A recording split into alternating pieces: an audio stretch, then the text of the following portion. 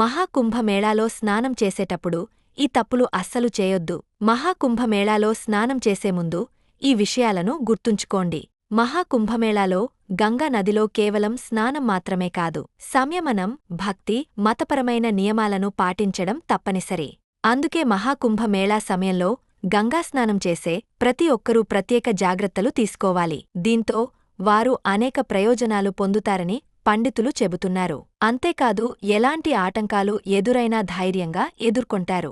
మహాకుంభమేళా సమయంలో చేసే గంగా స్నానానికి ప్రత్యేక ప్రాముఖ్యత ఉంది. హిందూ మత విశ్వాసాల ప్రకారం మహాకుంభం సమయంలో కనీసం 5 సార్లైనా గంగలో మునగాలి. అనంతరం స్నానం చేయాలి. లేదంటే మీరు చేసిన స్నానం అసంపూర్ణంగా పరిగణించబడుతుంది. ఎవరైనా సరే సాధువులు స్నానం చేసే సమయంలో వారి ఎదుట స్నానం చేయకూడదు.